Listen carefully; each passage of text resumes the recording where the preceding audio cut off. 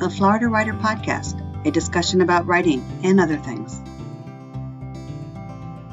Hello, and welcome to another edition of the Florida Writer Podcast with your host, Alison Nissen. And today I am lucky enough to be with Paul Thornton. Paul, could you give us a 60-second elevator pitch about who you are and what you write? Hello, Alison. Yes, so I am Paul Thornton, and I am originally from New York, but I've been all over the place since I left New York at 17 to join the Army. And then after the Army, I went, finished my bachelor's degree, and then went up to Rochester, New York to get my master's degree. And after Rochester, after getting my MBA, I settled in Wilmington, Delaware, which many Rochester grads, or many MBA grads, I should say, go to, because that was the home at that time of the DuPont company. And DuPont was pretty much synonymous with Wilmington, Delaware. And I spent 17 years at DuPont. And then I changed careers. I sort of changed careers. I went into small business and did the small business thing. But, you know, as those who own small businesses know, you have to supplement your income wherever you can and pay for life insurance and health insurance out of your own pocket. So I started teaching on the side to supplement my income. And fell in love with it, and the department head offered me an opportunity to interview for a full-time position, and so I moved into academia, and I was a professor for some years, and then I moved into administration. Worked at a couple of colleges, Rutgers in New Jersey, Wesley College in Delaware. And then I went down to Florida to work for Florida Gulf Coast University, and retired about a couple of years ago. During the course of all of that, changing careers and moving around, I started writing. I'd like to say I'm an accidental writer. I woke up on December 7th, 2014, and I wasn't a writer. And when I went to bed, I was 58 years old, by the way. And when I went to bed on December 7th, 2014, I was well into my first book. And so I loved the process of writing. And so after that first book, I wrote 3 more books, none related to the first book. All 3 books were about my passion, which is cruising. So I wrote a series of cruising books, and I loved it. But after the 3rd book, I said, you know, I can't write cruising books for the rest of my life, but I wanted to maintain my passion. So I started a podcast called the Joy of Cruising Podcast.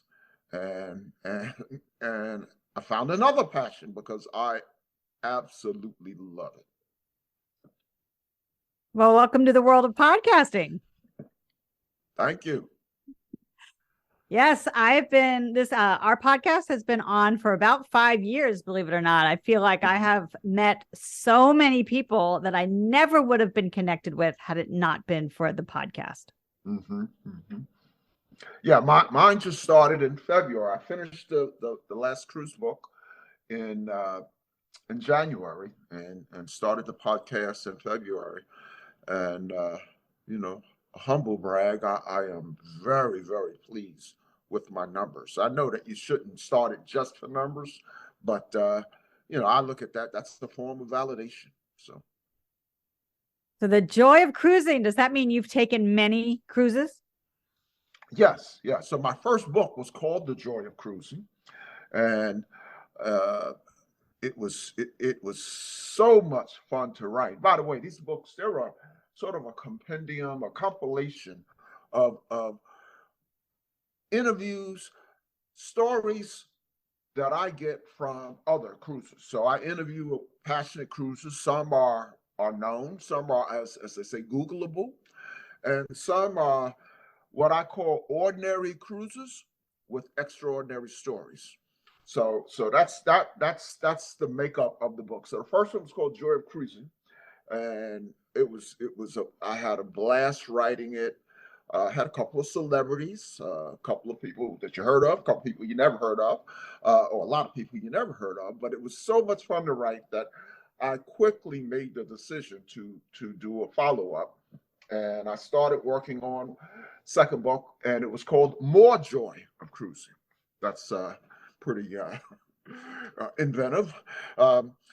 And about halfway through, I had done about half the interviews and half the writing, and then the world changed, of course, and we had the pandemic. And I stopped writing for months. Again, it was going to be called the More Joy of Cruising, and it wasn't the right time to talk about joy in the world. So even I did start back, obviously, and even when I started back, I knew I had to change the title from More Joy of Cruising, and I changed it to Cruising Interrupted. And it actually came out when there was no cruising happening. Cruising was locked down. And then the third book, and I knew it was going to be the final book, but I wanted to kind of celebrate the fact that cruising had returned. Because I'll be honest with you, I had a glass half empty view during the lockdown. I wasn't so sure cruising was ever going to return, but it did. And so the third book was called The Joy of Cruising Again. And that's the one that came out in January. So tell me But about your yes, first book. I do cruise a lot, not nearly as much as some of the people I've interviewed. I've cruised maybe 25 to 30 times. I've interviewed people who have cruised 1,000 times. Wow, that's Yes. a lot. Yes. Paul, tell me about your first book. So the first book was provocatively titled White Man's Disease. And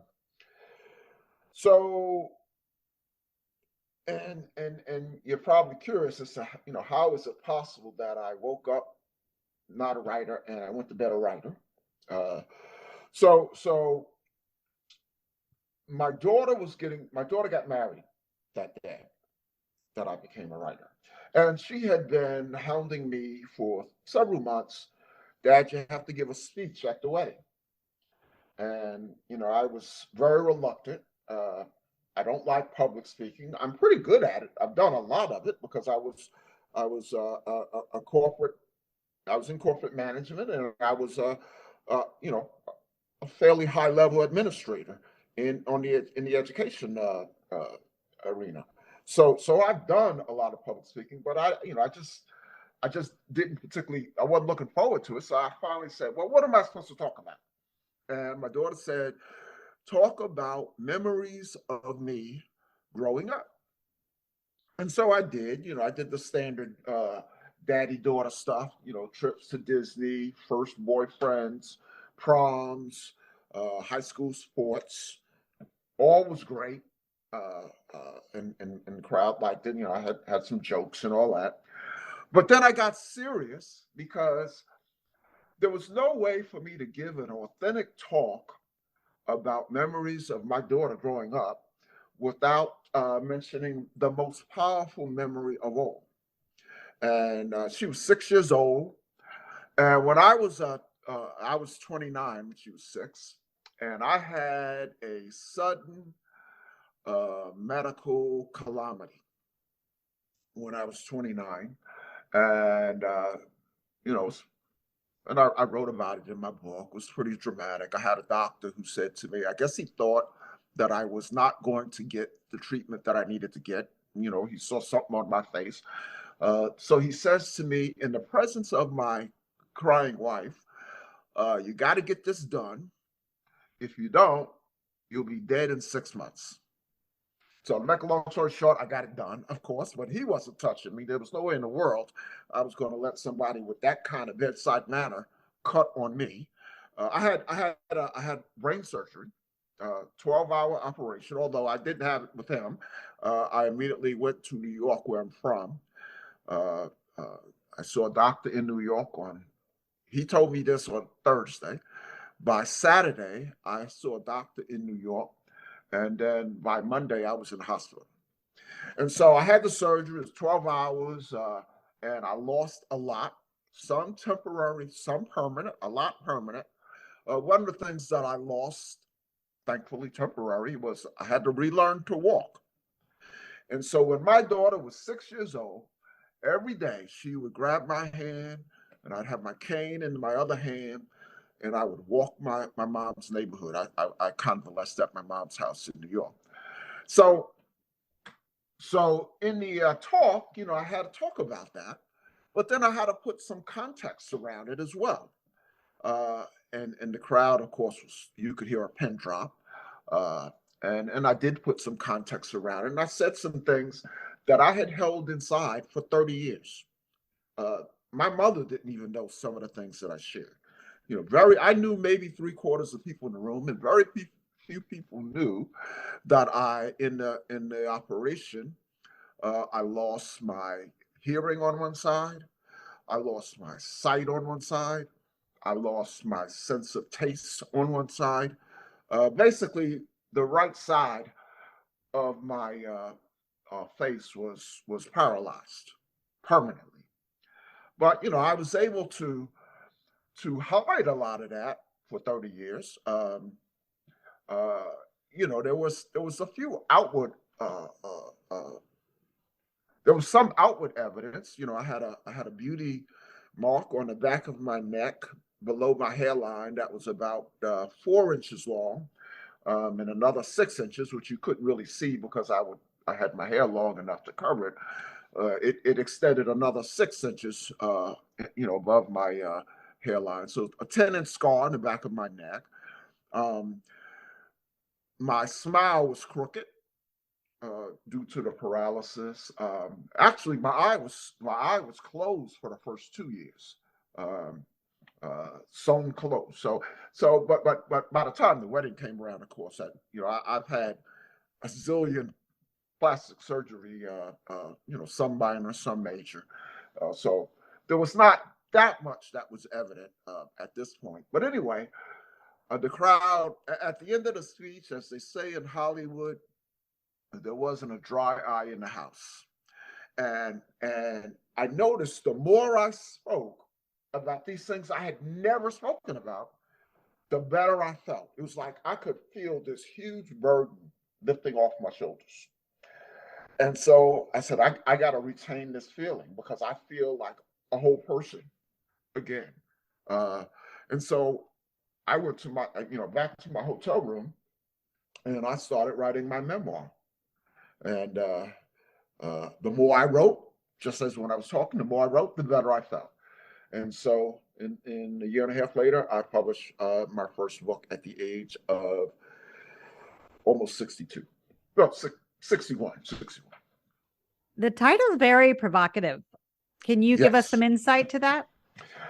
Yes, and it's going to be difficult to give you some insight into it. It's funny. When I walked into to meet with, I self-published, but I had a publishing, publishing services company that assisted me. Gentleman who lives in something you might be familiar with, Punta Gorda, Florida.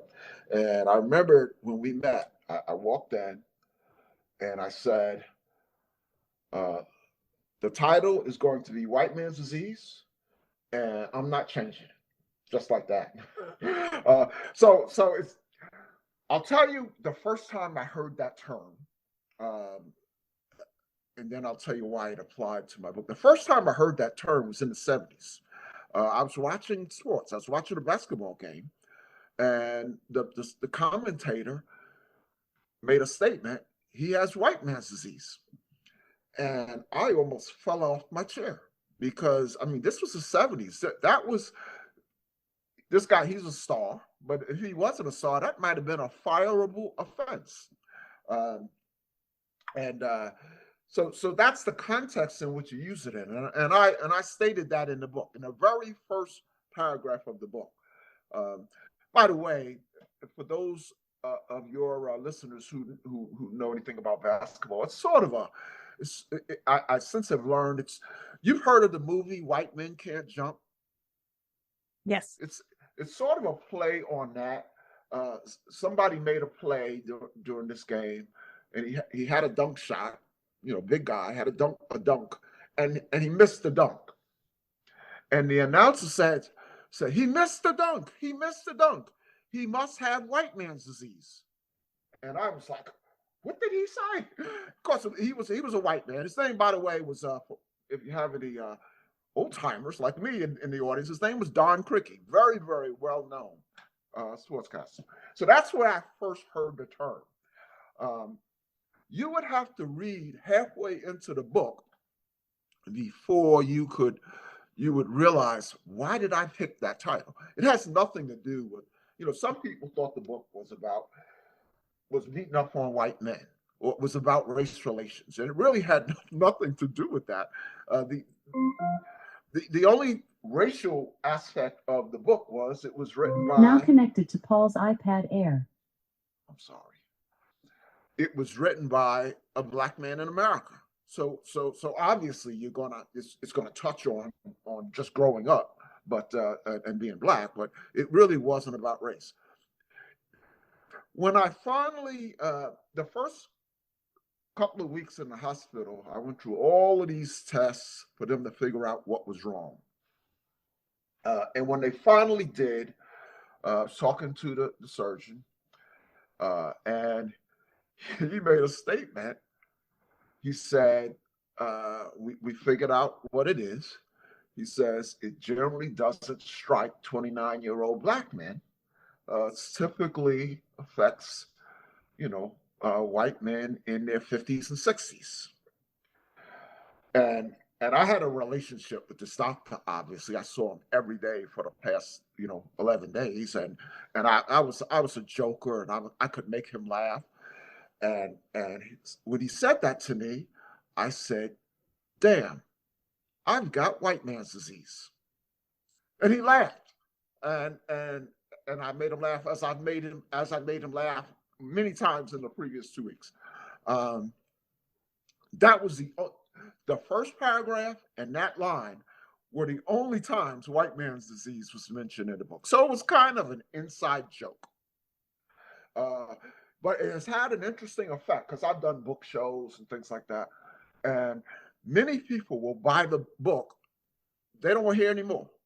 They'll buy it based on the title.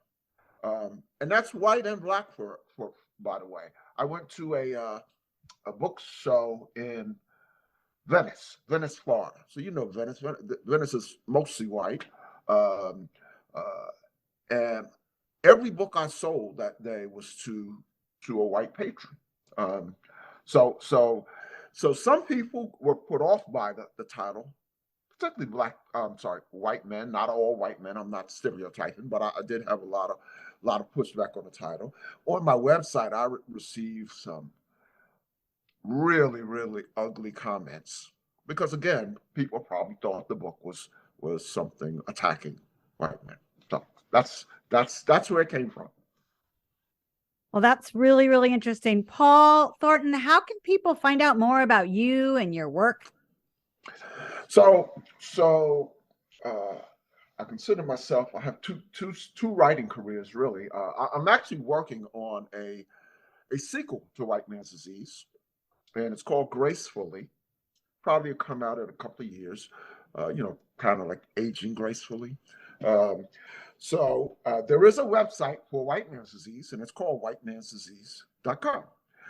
And then on the cruising side of things, my main cruising site is the Joy of Cruising.net. And my podcast is www.thejoyofcruisingpodcast.com. And so, as I said, I'm working on a sequel to White Man's Disease, and I also am planning to do a podcast. It's going to be under the Gracefully banner because I don't want to turn people off with the title again. But it's going to be a series, a short series called Deconstructing White Man's Disease. And so I'll read a little bit, and then I'll talk about what was going on or what I was feeling at that moment. Like I talk about, for the first time when I was 29, for the first time I came to grips with the fact that I could die, and that's, I remember all of that vividly. And so I'm going to do this podcast in advance of gracefully coming out. Like I said, it's not going to be out for maybe a couple of years. Well, Paul, are you ready to switch to our rapid fire questions? I am ready. Would you rather write with a pen or a pencil? Pen. Pencil doesn't feel comfortable on paper, and it reminds me of math class. That's not good memory. So that's great. I've not had an answer like that before. That's really fun. All right. If you went to a carnival, what would you want to do / eat / watch? Can you drink beer at a carnival? Why not? Drink beer and eat popcorn. That's great. I hate roller coasters and those kinds of rides. Although I went on a cruise in August, and it was the first cruise ship with an onboard roller coaster. Well, that's interesting. Yeah. If I had known this question would come up, I'd show you a picture of my granddaughter and me riding the roller coaster on Carnival Mardi Gras. How fun. Final question. Do you have any bumper stickers? I don't. Then I'd like to. Just have to guess what you're thinking. Yeah. And I'm sure you can. Paul Thornton, thank you so much for stopping by. You're quite welcome. I enjoyed this, and best wishes with your show. You have been listening to another edition of the Florida Writer Podcast with your host, Alison Nissen. Alison out. Boo! We're all done. All righty. Paul Thornton is the author of 4 books, 3 about cruising, and 1 provocatively titled White Man's Disease, about an experience he had 30 years prior. Despite these very different subjects, at the heart of all the books is passion, and how passionate people do wondrous things. He is now the host of the Joy of Cruising podcast. To learn more about Paul Thornton, visit his websites, thejoyofcruising.net and thejoyofcruisingpodcast.com. For more information on the Florida Writers Association, visit us at floridawriters.org. Until next time.